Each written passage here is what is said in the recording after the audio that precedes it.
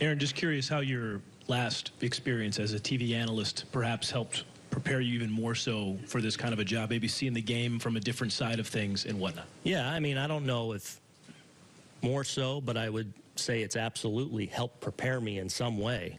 You know, I went right from the playing field to the booth, to the studio. So, you know, I'm living this game every day just like somebody that's, you know, been a coach or been in the front office or been scouting or whatever. You know, I feel like I've, in a way, been doing that for the last, 7, 8 years.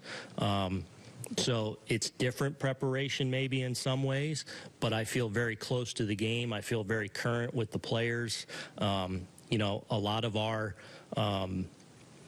prep for ESPN and some of the work we dove into was analytically based, and so I feel like, you know, I was prepared a little bit in that way as well. So it's maybe different preparation than is typical, but I in some way feel like absolutely the last 7, 8 years have prepared me for this time.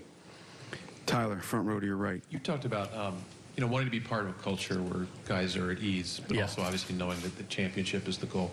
You also mentioned at the beginning about Torrey, that first meeting. Was that, first of all, was that on the road in Oakland, I think? It was on Oakland. And, okay. They said, hurry up and get to Oakland. Right. Yeah, I got Hudson Zito Mulder. I'm like, could have met you back in New York. Let me pack up my place. Right.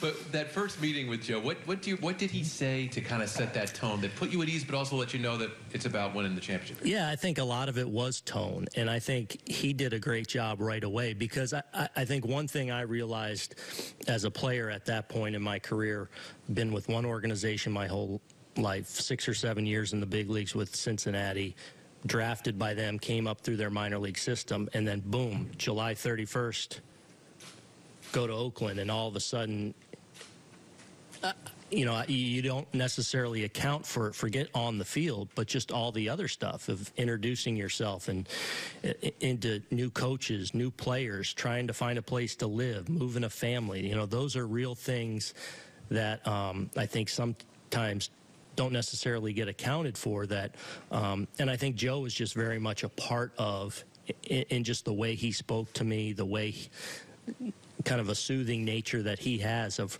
at least right away making that transition as easy as possible.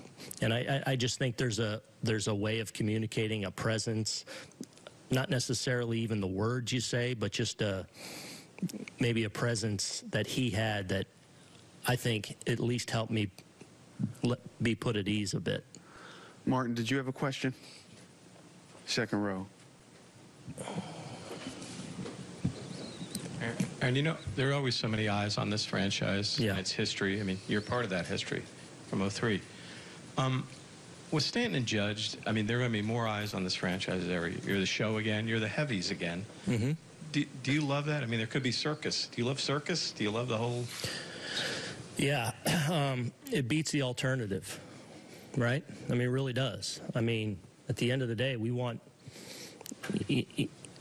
all these people in this room, all the buzz that's certainly apparent, you know, even when I'm back in New York or even when I'm not in New York, and the excitement that is being generated because of where we are as a franchise. Yeah, that's something that, you know, and one of my messages to our team will be to embrace that expectation. And again, expect to go out there and be great. And, you know, with that, you know, comes this kind of attention. And hopefully, if you guys are back year after year, then we're probably living up to some of that hype. But we're not going to run from that. We're going to embrace that, and we're going to expect to be great. All the way in the back again, Nancy. Back left, Aaron.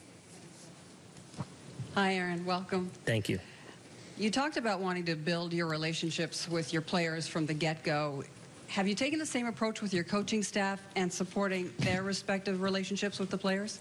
Yeah, you know, I'm sure guys are very so I almost feel like this is cliche.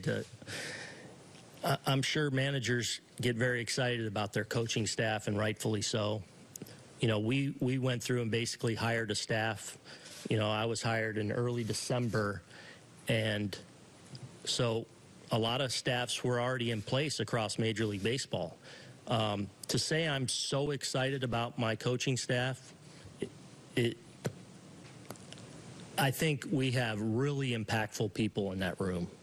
And, one of my, I guess, goals as a manager is I don't expect to be a guy that's micromanaging situations. And part of that is because I believe the staff we've put in place are going to be hugely impactful with their particular, whether it's hitting coach, pitching coach, base running, infield coaches.